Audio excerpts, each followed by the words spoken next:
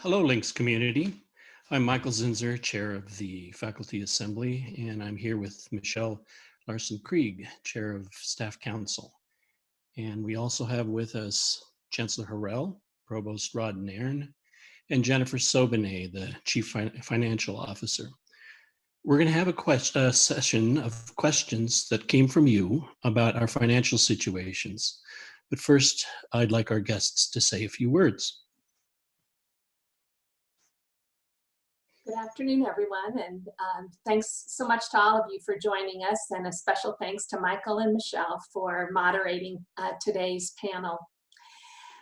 You know, we're approaching the end of the spring semester, and it's been an extraordinary year for CU Denver and throughout the world. And this is that time of year when ordinarily we would be having joyful gatherings to celebrate the accomplishments of our students and the conclusion to another successful year.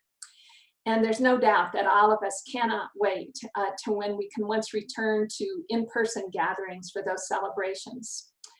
But in the meantime, I just want to state our heartfelt gratitude to everyone in the CU Denver community, our faculty, our staff, and our students, who have rallied to support each other during this really unprecedented time.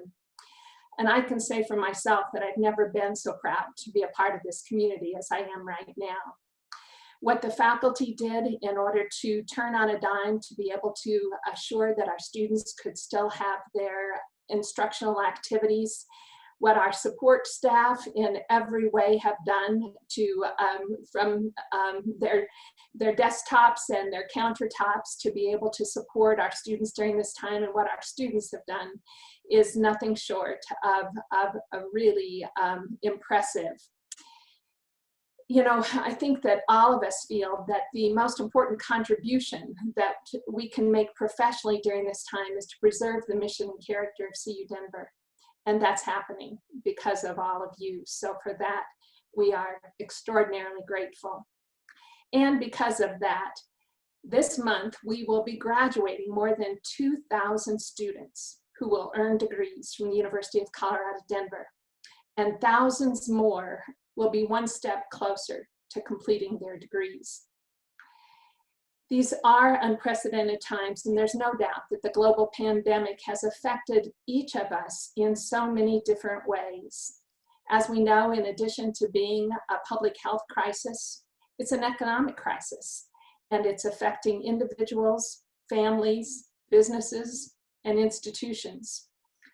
CU Denver is not alone in this, and I expect that you've heard on the news, or if you've read any of the education publications, you're hearing about a broad range of decisions that are being made at colleges and universities around the country to deal with the economic shortfalls that are going to be a result of this pandemic. Many of them will include some of the same things that we're talking about needing to do in terms of furloughs or layoffs, program restructuring, or elimination. And just in the last several days, a small private college in Wisconsin has made the decision to permanently close. And we've heard that that may be just the first of a number of those kinds of institutions that are going to face that kind of very difficult decision. And you know, as we think about this, and today we're going to be talking about our budget and the implications of COVID-19 on that. And there's a lot of economic and operational uncertainty, and we get that. That causes a lot of stress and concern. And the decisions that we'll be making are decisions that will have an impact for years to come, and we recognize that as well. So I'm sure that in today's conversation, we'll be addressing a number of those because of the questions that have been raised. And there's certainly more questions to come. I do want to share with you, and it's up on the screen now, that the Chancellor's Advisory Committee on Budget, which consists of the Chancellor's Cabinet, the Deans, and the representatives from our shared governance group, work together to develop a set of budget reduction principles. And we want to anchor our work going forward in these principles. And so I encourage you to just take a read through them. Well, I just conclude my remarks by saying that, you know, it really is a bit like a jigsaw puzzle. I was describing that that way this morning in another conversation, that we've got a lot of pieces out in front of us, but as we go to put the jigsaw together, some of the pieces are actually missing and others are changing shape right as we're trying to put the puzzle together. Some of the things that we do not know at this point, so that we can't be exactly precise, are what is the state funding going to be for higher education in Colorado? The legislature is, the Joint Budget Committee has just reconvened this week, and it will be over the next several weeks that we get that information. We don't know about the amount of federal stimulus funding that will be directed to colleges and universities. And most significantly, we don't know what our summer and fall enrollments will be. And all of you know that that is a huge factor in the overall budget for CU Denver. What we do know is that we've been asked to plan for reduction scenarios of 10 to 20% of our general fund budget. Early on, we made some first steps that included a hiring chill, a pause in travel, and a pause in compensation increases. And what we also know is that going forward, we're going to have more difficult decisions to make. And it will really require a shared sacrifice across the campus. So there are really three buckets when you really look at our general operating budget. That is the compensation for personnel, which is a large percentage of our budget. We also have institutional reserves, and we are looking at tapping those reserves to a certain extent. We cannot drain them because that wouldn't be prudent for the years to follow. And the third will be in making adjustments in operational expenses that we have. So all of those things are going to be critical for us as we go forward. I want to share with you today that as we've begun this process, we've already been listening, and we have heard the number of concerns across the campus around equity and how important it is that this shared sacrifice be administered in a way that it really is fair to all concerned. And so I want to share with you today that members of the Chancellor's Cabinet, our deans, and the other officers of the university will be taking a 10% temporary pay cut starting on July 1st, and that will be administered through 2 furlough days a month. We know that that's just the beginning, but it's an important first step to demonstrate that the leadership really understands and will go first in trying to make the right decisions, how we go forward and keep the institution as whole as possible. So with that, I'd like to hand it over to Jennifer, and if she can talk just a little bit about the dates that we are anticipating so that you'll know when we will have more of these questions answered. Thank you, Chancellor Harrell, and thank you, Michelle and Dr. Zinser, for hosting this town hall and giving us this opportunity to explain our financial situation and certainly answer questions from the community.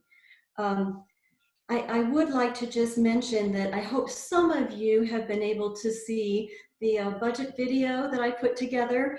I realize it's 15 minutes of me and some PowerPoint slides, so probably not the most exciting thing you've watched recently, but I just, I want to highlight the importance of really watching that video if you can take the time to do it, because it creates a framework for all of us to be communicating around that same framework. And I'll be using that, and it is an 8-layer cake, just for those of you who haven't seen it yet, so there's something to look forward to. But it is a budget framework that will hopefully simplify the complexity that we're facing and also allow us to go on this journey together of how we're going to put our budget together for this next year. And I'll be referring back to that framework in actually today's commentary and answering any questions, and then also in future town halls and communiques. One thing I do want to mention, just because I get the chance to have the floor for a second, is in the budget video yesterday, I spoke to who has influence over the different institutions or people who make decisions along the layers of the layer cake. And I listed those on the PowerPoint slides, and I was listing the formal influencers of those different institutions and decision makers. And I mentioned, and I want to just reinforce this verbally on this call, on this town hall, is that the influencers for the top of the layer cake, which is CU Denver and our schools, colleges, and central support units, is all of us. It's faculty, it's staff, it's students. Being able to provide your ideas to leadership at all levels of this organization is really important right now. And I just want to make sure that everybody has that invitation. The cabinet and the deans want to hear from you and want to hear your ideas. So I just want to make sure that that's a clear part of the message that I'm giving in my layer cake budget video. So the one thing that I've been asked a lot is, when are we going to have the answers from all of those different decision makers inside of that layer cake? And that is creating enormous complexity for us, because without having those decisions made, we don't have the answers, and then we have a harder time building our budget. And that's why we created scenario planning to begin with, because we knew that there would be, it would be a struggle to get answers quickly enough for us. So what I would like to do is explain a little bit about when we will know some of the decisions that are being made by the different layers of government and decision makers that impact our budget. So the first thing for us to look forward to is May 15th is the date, and Dorothy referred to this, is the date by which the Joint Budget Committee of the state of Colorado will create a balanced budget. Now they'll be getting their forecast of revenues just a few days prior to that on May 12th. And by May 15th, they'll have to have put together a balanced budget that will include a great deal of cuts. That will then need to go through the General Assembly, both the Senate and the House, and then to the governor. So we hope that by the end of May, we'll have clearer information, and hopefully clear information by May 15th too. Then on May 19th, there's a Board of Regents, and this is layer 3 of the layer cake for those of you who might have printed up anything on that. But on May 19th is the Board of Regents, and the decisions that will be made at the Board of Regents meeting on May 19th is around compensation, tuition, and fees. And those proposals that we have made to the board are a 0% increase in compensation, a 0% tuition increase, and then a small change in our fees that creates more equity across the fees that our students pay. We also will present to them our 5, 10, and 20% scenarios to the board.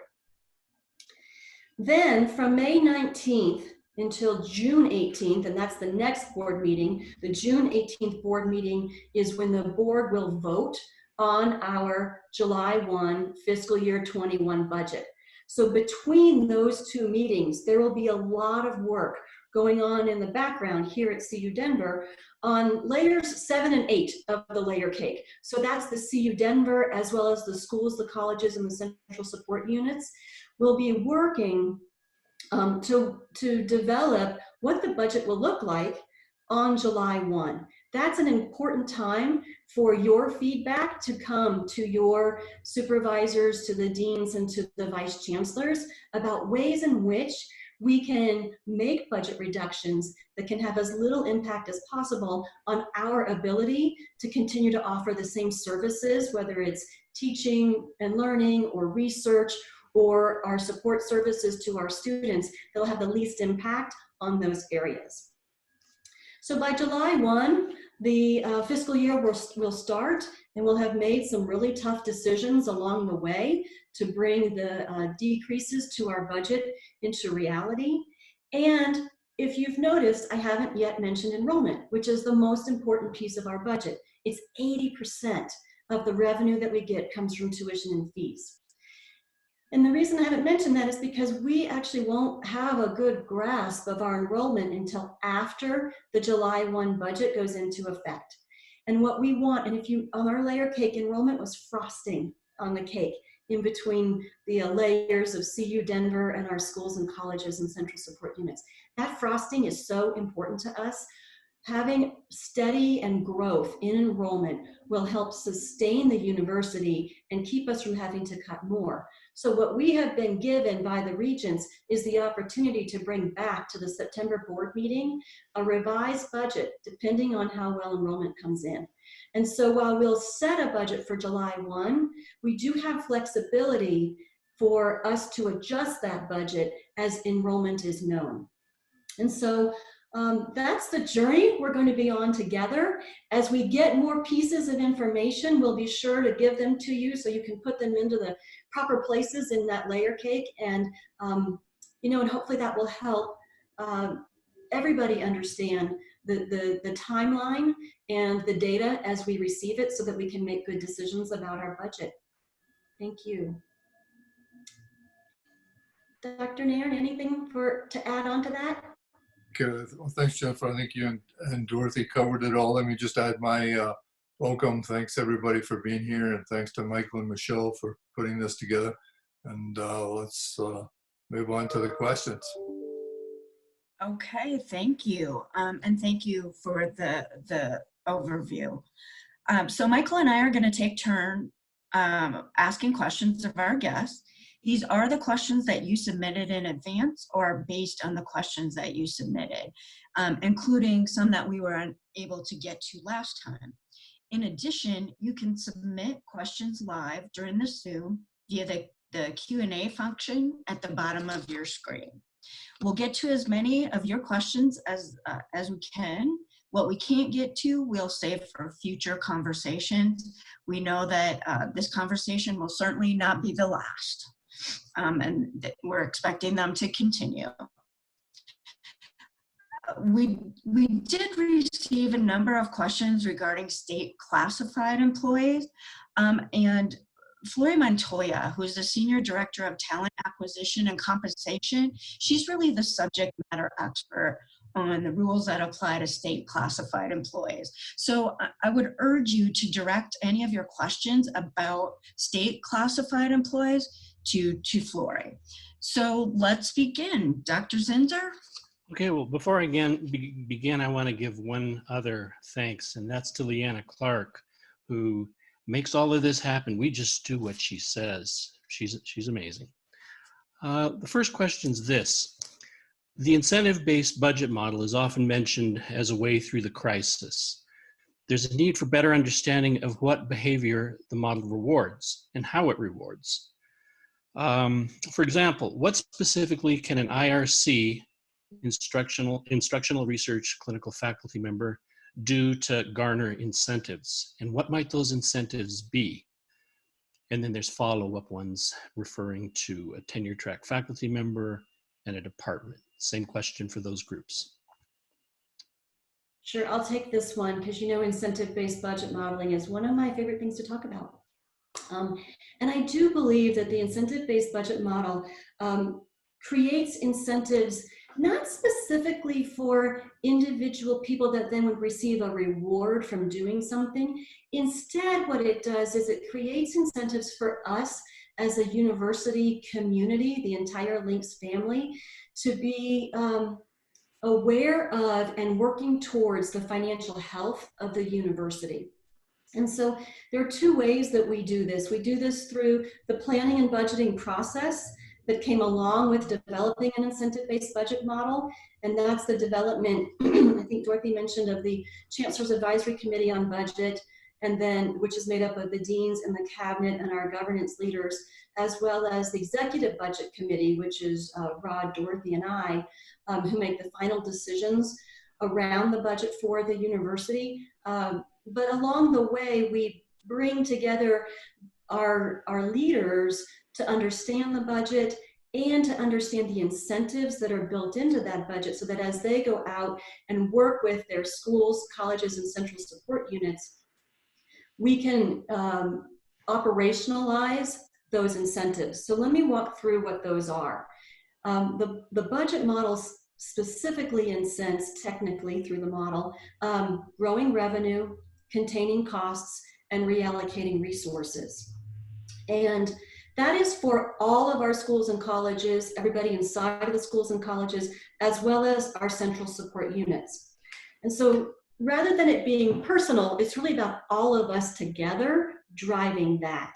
And so here are some ways that each of us can participate in growing revenue, containing costs, and reallocating resources.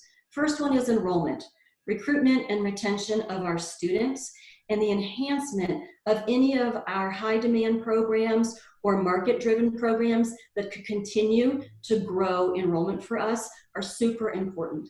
Ways that some of our faculty could help Dr. Zinser is to increase sponsored research, sponsored creative works, and new grants and contracts.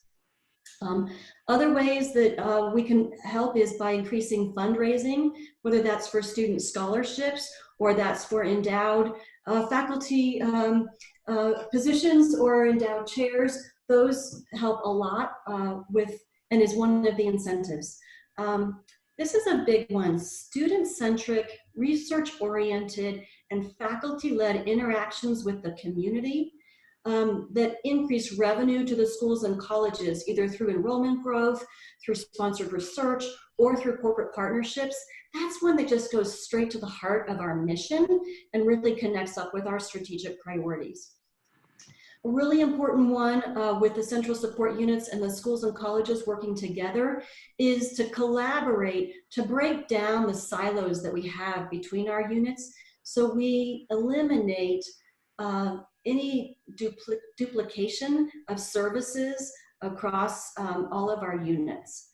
And then finally, and you all hear me say this all the time, but reallocating our existing resources to our strategic priorities then gets the flywheel going so that we are driving all of the other initiatives that I just mentioned above. Okay, Michelle. Right. I'd like to follow up on that. Thank you for that explanation. Can you explain how the budget model impacts you Denver Central administrative units, including consolidated units, and how that's made different than the impacts that it has in the schools and colleges? Sure, the central support units are a part of the budget model. And so every year when we run the budget model, we work through what ASA, Academic and Student Affairs, and CSA, Central Services Administration, and certainly the units that report into Chancellor Harrell, we work through what the budget needs are of the central support units to be able to support the schools and colleges in the work that they do. And certainly we share the consolidated entity with the Denver campus and the Anschutz campus, and Terry Carruthers and I work very closely on what those budgets will be. And they have a different budget model than we do. And so we have to work through the differences in those budget models. And sometimes that causes some complexity for our consolidated employees to work through, but we work together very closely so that the central support units and the academic and especially ASA and CSA are supporting both Denver and Anschutz. And I think one of the biggest ways that our central support units can work through the budget model is through that duplication of activities, and how can we minimize those. And so how can we help schools and colleges maybe minimize some of any duplications at the local level that we can do centrally, or vice versa, if it makes better sense to do that locally, that we release that and give that to the schools and colleges. The strategic enrollment management plan that we're developing is a great example of the way that our employees who are involved in the central support units are really coming together and breaking down those silos and creating a real value between the schools, colleges, and central support units. All right, just one more follow-up on this one. Do you think that having this model will help us? How do you think that having this model is going to help us through the financial crisis that we're facing? Oh, it's a great question, because sometimes people say we should suspend a budget model when we're going through a financial crisis. And I would say that the last thing we want to do is suspend the model. Instead, we want to use the model. And really, it's the cultural changes that come from the model that are important right now. And that is breaking down those silos, working together, the incentives that are created inside of the model to grow revenues, contain costs, and reallocate resources. It's that culture change that has happened over the past couple of years. And I think it's amplified in a situation like this, where we need to work collaboratively together on the financial health of the university. And this model, both the technical model itself, but really also the cultural impacts of it and the process that we've created of planning and budgeting, I think are key to really helping us through this situation. Thank you so much. Michael, back to you. Okay, we're going to need to tighten up answers a little bit. We're only a couple of questions in, and we're about at a half hour. So, here's the question: is leadership committed to ensuring that the burden of cuts are shared by everyone at all levels? That is, administration, faculty, and staff. For example, by setting parameters or guidelines for schools, colleges, and departments.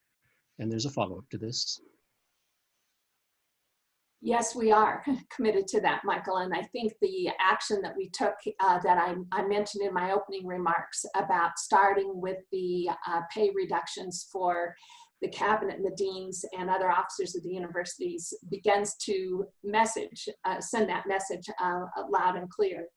And we expect that when the decisions are made at the unit level, the schools and colleges level, that's certainly that whole value of equity is going to be considered at that level as well.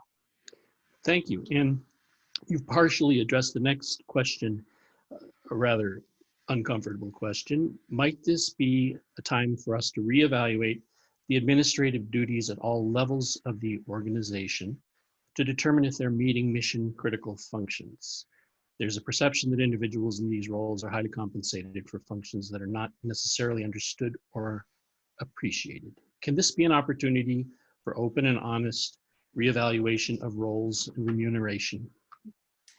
You know, I think that's an absolutely fair question. And when Jennifer talks about the budget model and us looking at places where we can make reductions, that's part of that. And when she's talking about if there are places where there is a duplication, we need to think seriously about that. What I would also really want to make very clear, though, is that CU Denver is a very lean organization when it comes to administrative instructional support costs, or institutional support costs rather than instructional, that when we compare ourselves with our peers, that we are several percentage points below what the median of the percentage of the budget that is spent on institutional support expenditures. And that just indicates how lean that we are. And I'd also just want to make sure to mention that some of the functions that we have to have are a bit out of our control, that what we've seen in our governmental arena in terms of regulatory compliance requirements that we have to meet has added an administrative burden to the institution and every institution. And so that's something that, again, we have to do, but we try to be as efficient as possible in doing that. But the most important thing that I would say would be that while, yes, the teaching, learning, and research is at the heart of what our mission is, the nature of the kinds of students that CU Denver serves, and many of them being first-generation students, really requires a level of investment in support services in order to help those students succeed. And that's something that while we could always talk about ways that we might be able to even more efficiently deliver those services, again, the data show us that that's probably one of the smartest investments that we make, because of the fact that if we can attract, retain those students, that helps our bottom line as well. Great, thank you. Michelle. Okay, this was addressed a bit in the opening remarks, but what will the fiscal year 21 budget process look like, given that we don't currently have information we would usually have at this time, and that additional and potentially unanticipated information will continue to come in even after July 1st? I'll take that one. Michelle, I know I went through that timeline, so I won't go through that again, given that we need to keep these answers short. But what I would say is it's going to be an iterative process, and it's going to be an ongoing process. And what we're going to do is we'll learn some information, we'll make a step forward. Sometimes we learn a different set of information that we aren't expecting, and we have to take a sideways step. And I think a piece of this is just, we'll go through the steps that I mentioned earlier and keep adjusting our budget for what we know. And then certainly we'll have to adjust our budget again in September once we have in our enrollment figures. So it's iterative and ongoing. Thank you very much. My turn? All right. Some schools and colleges are in much better financial shape than others and won't have to ask as much of faculty, whether that be furloughs, teaching load increases, layoffs, course cap increases, professional development, giving that up. That doesn't seem equitable. What specific things can our leadership do to help make this fairer?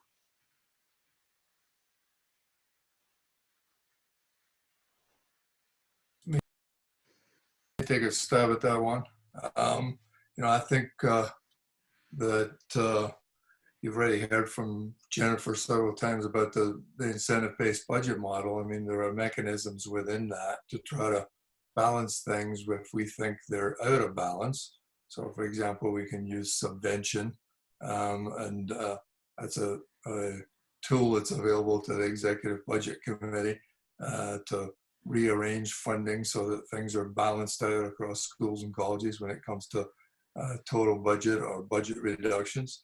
You mentioned differences in will there be differences in furloughs? No, furloughs will be applied across faculty and staff in an equal way, although we'll look at issues of compensation and make sure that there'll be differences in terms of high and low paid folks in terms of the percentage that they'll be contributing to the budget reductions. But the principle of furloughs or pay reductions will apply to everybody. As far as course loads, I mean, those are different within the schools and colleges. I mean, that's something that has already been worked out between administration in the schools and colleges and faculty. As we work through the changes that are necessary to meet the targets that we have, I'm sure people will look at those again. With the Executive Budget Committee, Dorothy, Jennifer, and I, we can look at the decisions that are getting made in the schools and colleges and have some influence over them if we think they're out of balance. But we would expect, that faculty and staff would be involved at those unit levels and trying to make sure that whatever is getting decided, there's appropriate input into it and some agreement about how people will move forward. Okay, thank you. It's appreciated to hear you say that administration will have an eye to potential imbalances and will do what they can to rectify that. I think that's helpful. And a clarification for those in the audience that don't know, subvention is subsidies such that schools and colleges that bring in more money subsidize other departments that don't. Isn't that more or less how it is, the meaning of it? And that's an arrangement that's standard across the higher education system in the US. That's correct. And as part of the budget model, we can take a look at it from time to time and make sure that it's appropriate for the circumstances that we're in. Okay, great. Thank you. Michelle. Okay. we know that all international and domestic travel sponsored or supported by the university has been suspended. We also understand that even when traveling safely becomes possible again, only essential travel will be permitted. Approximately how much does CU Denver spend on travel each year, if you know? And are the financial reasons for suspending travel as important or perhaps even more important than the health and safety reasons? Let me take that one.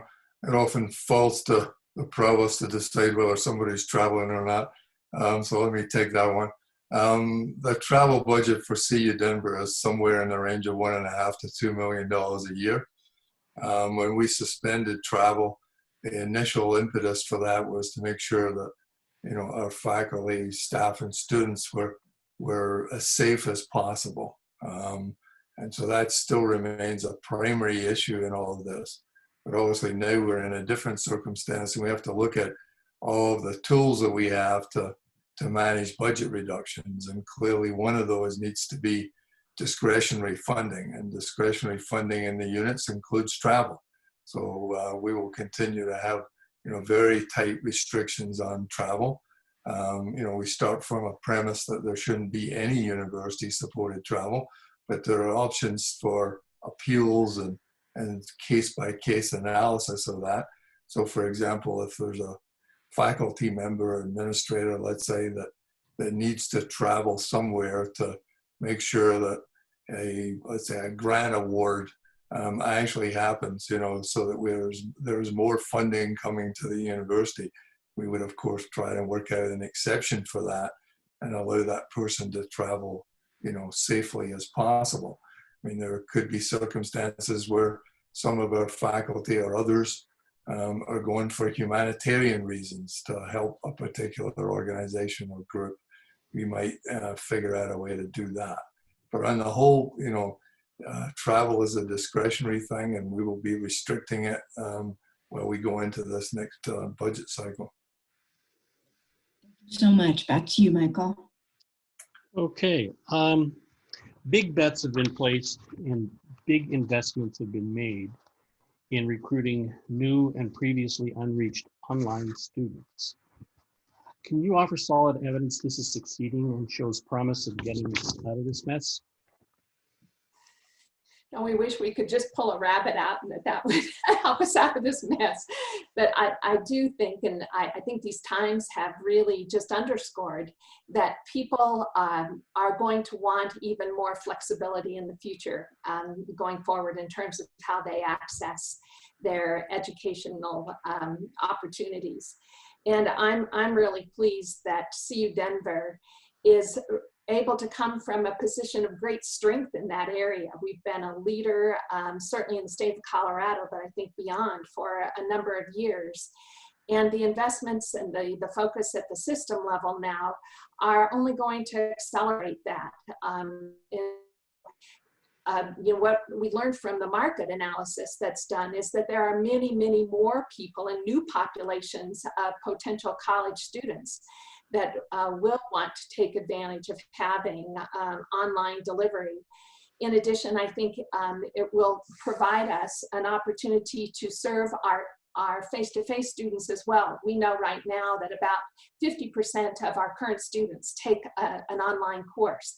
And it may well be that for the next couple of years, that will be a really important tool as we look at having a safe return to campus and needing to limit the numbers of people who are coming. So I think that it's fair to say that that's going to be a bet that's going to be leveraged. And I would want to also add that the resources that we have on our campus in order to support the faculty in being able to feel good about being able to deliver courses online have never been stronger. That between what we have with the Think Studio, the ACUE, the Center for Faculty Development, the Center for Excellence in Teaching and Learning, and with the Office of Digital Education, that those kinds of resources are going to be really helpful And in looking at, and we've talked a lot with our deans about this, and they have ideas that they're bringing to us, that new models, that new term to me is high flex, where it's a hybrid and has a lot of flexibility. And I think that, again, the foundation that we have to operate from, because of the good work that's been done in the past, is going to hold us in good stead. Okay, thank you. And Michelle. Okay. Will the new residence hall, City Heights, still be opening for fall 2021, or has the date been pushed back? Does increasing our capacity for on-campus housing remain a priority? Well, I had the opportunity to be downtown just a couple of weeks ago. It was in regard to taping messages for commencement. And so I had a chance to drive through the campus. And yes, in fact, City Heights is on schedule, and J.E. Dunn, which is our contractor, has implemented all of the safety precautions that they need to in order to make that happen. And, people may wonder, Michelle, about, so when at a time when we're cutting budgets, how can we be making that kind of an investment? So just a quick word about, that the financing for that is really restricted funding. We sold bonds in order to pay for the construction of that, and those bonds will be paid back by the revenue that comes in from students paying for housing and for the dining expenses that people pay as well. So that is a project that is staying on track, and I think the timing could be wonderful, that if things settle with the coronavirus and that we are able to really look to the bounce back that we can anticipate for CU Denver, that's going to be an added asset that is going to really help us, I think, attract the kind of students that CU Denver wants to serve. Great, thank you so much. Back to you. Okay. All right. Yes. Sorry. I'm going to move to a question that popped up from the audience, an interesting one. Instead of across-the-board cuts, should we instead look at more strategic cuts, like cutting consistently low enrollment programs? And I think that's in layer 8 of the cake, but what do you say to that? It is in layer 8 of the cake. I love it, Dr. Zinzer. And Rod can certainly help me with this too, but you're right. Different tools are used at different levels. And so across the board cuts can be done that help soften the blow out to the schools and colleges and the central support units. But then it's so important at the more local level, where really strategic, very refined decisions can be made. And those can make a big difference in, for instance, like lower enrolled programs or lower enrolled courses. It would make sense perhaps to not run those and instead run more of the higher enrolled courses. Quite frankly, the profit and loss of that makes sense. We have created what we call a decision support toolkit that are supporting the deans and the associate deans and the chairs in really understanding which are the lower enrolled courses and which ones do we need to have because students need them to graduate, or do we need to rethink and retool how we're offering those. Dr. Nan, I don't know if you want to join in and add to that. Sure. I think there are some things we need to do that are across the board when it comes to things like compensation, for example, but that doesn't rule out, strategic changes. I think, look, to remember, program discontinuance, if we go down that path, takes a long time. I mean, that's multiple years within Regent law and policy. But putting things that are low enrollment, if you like, in the freezer for a while, and focusing on something else that can generate more revenue would make more sense. But I think as the year develops, I think you'll see that we will use all of the tools, including probably what the question refers to as more strategic cuts. But we got to start out with some of the things that we can do that are across the board and affect the campus as a whole. Okay, thanks. And I'd like to follow up with a related question also from layer 8. And that's about reorganization of the units. What's that about and how might that happen? I can talk on the central support unit side, and maybe Dr. Nairn, you'll talk on the school and college side. But I really think that the opportunity to reorganize and actually student success has just gone through this process under the direction of Dr. Bowman and Dr. Nairn, of really reorganizing how we do our work so that it's more effective and more efficient, and really understanding our business processes so that we can get more out of the work that we're already doing. And reorganizing things to that extent only help students and can help reduce our budget situation. Rod, would you want to talk about the school and college side? Yeah, again, I think there are opportunities to look and see what we're doing. I mean, for example, there are things that happen in schools and colleges that are very duplicative, and maybe there's a way to share those. And instead of having 2 costs, maybe you can share them and get 1.5 times the cost. So there's no specific plans. For example, if the person who's asking the question is concerned about, do we have specific plans to combine schools and colleges or something like that? No. But if there are things within schools and colleges that people can see at this time and that they could share, that would make a lot of sense. Okay, thank you. Michelle. This next question is from the audience, and it's on a tough subject, which is parking. Can we discount parking for faculty and staff at CU-owned buildings like the Lawrence Street Center and the business school? Auraria has done this, but what about CU-owned buildings? And do you know, Michelle, is the question specific to right now while all of us are off campus? Let's make it specific to just during the current financial crisis. Okay, so what I'll explain is that our parking is an auxiliary, and auxiliaries need to bring in enough revenue to cover their expenses. And so we typically set the cost of parking commensurate with the cost of the expenses that we have to cover. So our portion of the bonds that pay for the buildings where the parking is located, our portion of the employees and the work that goes to maintain that parking.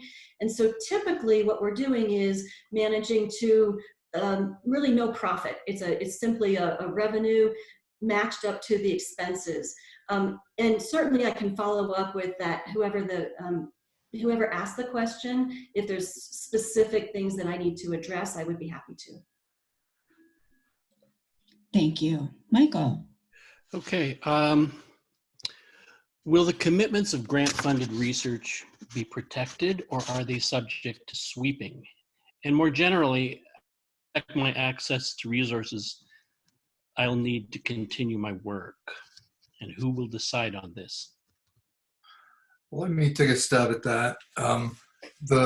If there are extramural grant funds, let's say from the National Institutes of Health or the National Science Foundation, those are what we call protected funds. I mean, there's no question about that. They're in a restricted budget category as opposed to the unrestricted budget categories that we've been talking about. So no one's going to interfere with the use of those funds being used to meet the goals that were laid out with that funding agency. So I mean, those are not subject to the sweeping or the budget cuts or whatever that we've been talking about. As far as access to resources, if it's financial resources that we're being asked about, I mean, I think I just answered that. If the other resources that are needed to do the work, would be facilities and equipment and people, and that's all subject to how we restart those endeavors on the campus in a safe way. And we have a committee that's being led by Laura Argus and Stephen Gedney that's looking at how we can bring back those operations, as safely as possible and as soon as we can. So it's going to relate to, access to the buildings in a safe way, monitoring people, to make sure that we have healthy folks that are working together, physically distanced from one another. And that, that's how we're protecting, if you like, access to the resources that are needed to do research and trying to make it sure that it's done as quickly again as we can and as safely as we can. Okay, the same questioner had another. Will there, and I think I know the answer to it, also in layer 8, will there be accommodations and performance evaluations and tenure promotion decisions for COVID-related restrictions on my ability to do my research?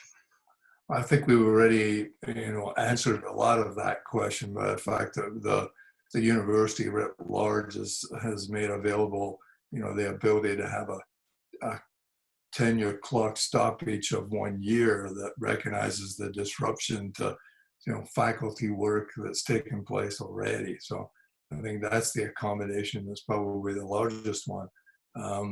If there are other things that, that have affected research in a way that it really has to be reflected in reports to the funding agency or whatever, that's quite separate from the university.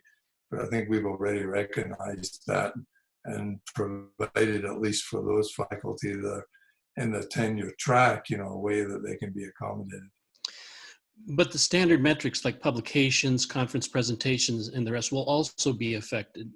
How about adjustments there? And will leadership give guidance to the units and colleges about how to do that? I would have well, that's an interesting question. I haven't reflected on that before. I mean, what you're talking about are part of the primary unit criteria that are determined by faculty in the unit. But I mean, the amount of disruption we've seen so far, I would have thought was accommodated by the fact that there's an extra year to achieve those standards.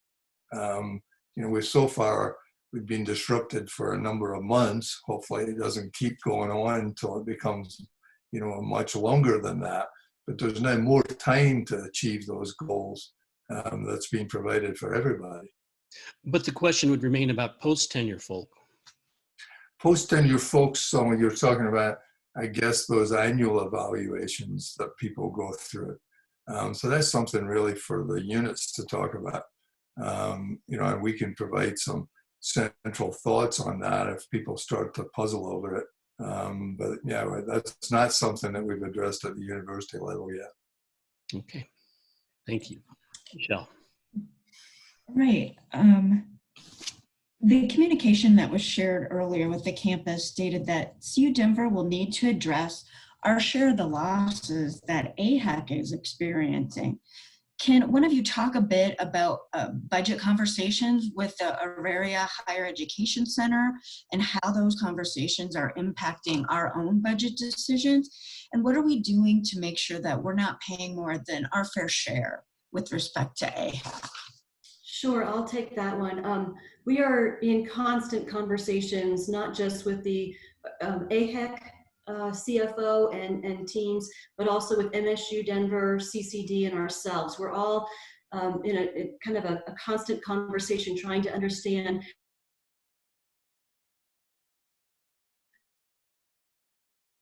a lot of the money that we get from Auraria is through the auxiliaries, such as parking, to the question earlier. And with people not parking and paying for parking, it reduces the amount of money that we can put towards the general operations of Auraria.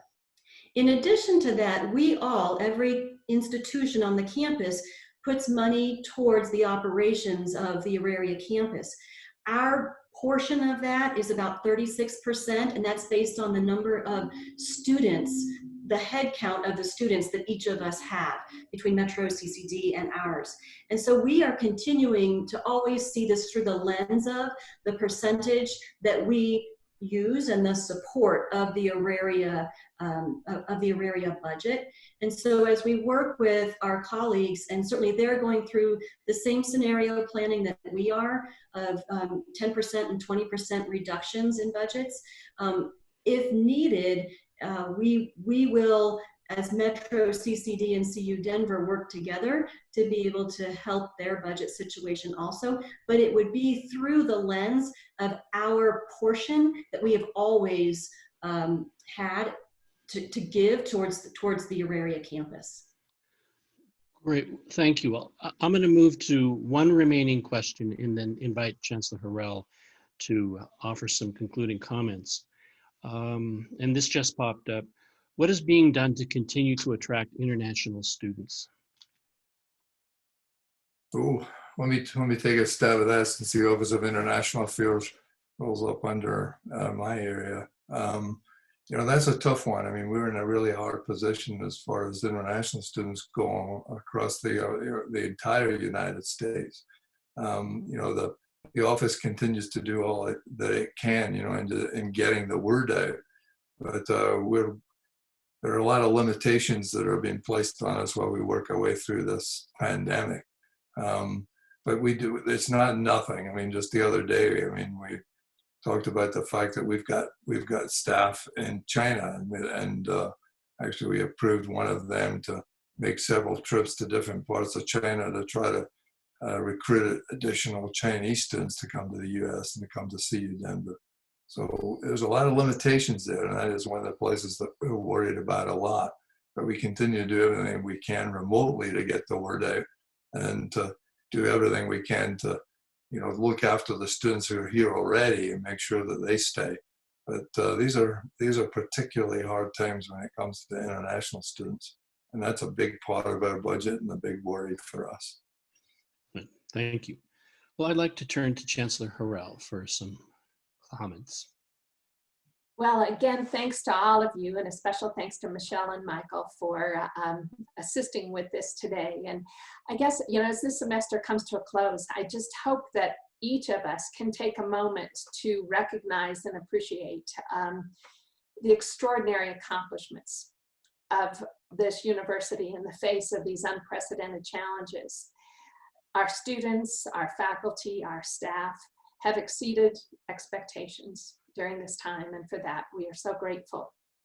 And just this week, I saw an email from Think Studio in which they highlighted the importance of the qualities of resilience, creativity, and humanity.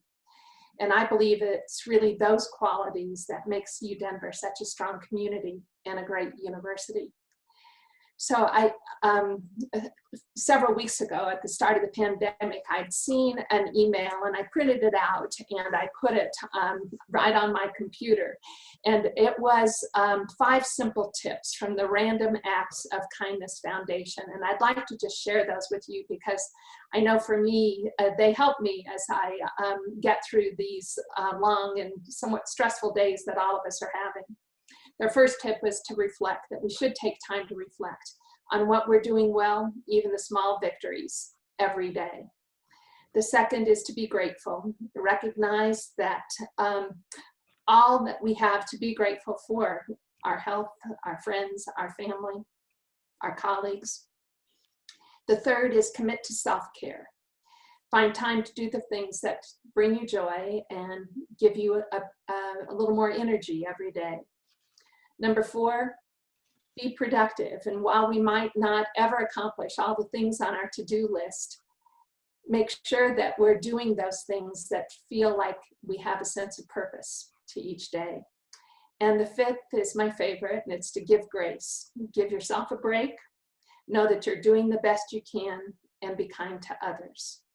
And I think those are just good reminders for all of us as we go about dealing with the issues that we have. And also, to all of you out there, remember that this is Mother's Day weekend, and so whatever way you can reach out, do give an extra little love to the.